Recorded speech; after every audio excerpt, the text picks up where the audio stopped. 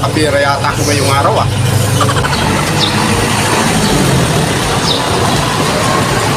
Ayos ka sa akin. Asundan ta. Sigurado, limas lahat yung kwarta mo ngayon sa akin ngayon. Ubus yan. Dali ka.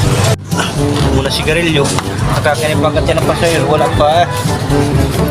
Nakakita. Ay, kumplita ako sigarilyo.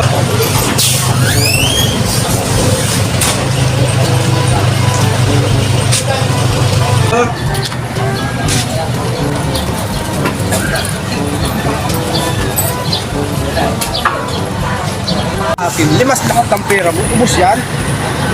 Makaubos yung pera mo ngayon. Pagkat mo, akin ang bag mo. Huwag kang lilingon. Siri, Huwag kang magsalita. Iabot mo ang bag mo. wala kang kwarta. Tumahimik ka. Basta iabot mo isang kamay lang. Hindi, sigurado labas ang atay-atay mo pag wala ka. Huwag kang lilingon ha. Walang kwarta yan. Huwag ka na magsalita. Okay na yan. Huwag kang lilingon.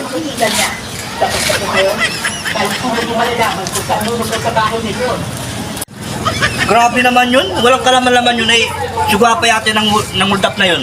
Yun nila may tapulok. At saka hasang ng tapulok, pampayo ko sa bayawak. Kasi na, at pag siya nagipot nun, mahalas sa buhay niya. Walang malayata makayo, pati hasang nga pagtisan. Ano ka na? Tao ka, sino ka man. Ayos. Parang napakaraming laman ito ah. Kargado yata ito ah. Ano kaya laman ito? Ay anak na putek. Puro asang ng tapulok. Akala ko baga naman ay kwartaan naman. Ay sus, Maria Josep na tao yun. Ba't naglagay kayo ng hasang ng tapulok din sa kanyang hambag? Akala ko yung nakajakpat na ako. Hindi pala. Ay walang niya. Sus, Maria Josep. Puro hasang ng tapulok. Akala ko sa gana ng araw ko wala rin par.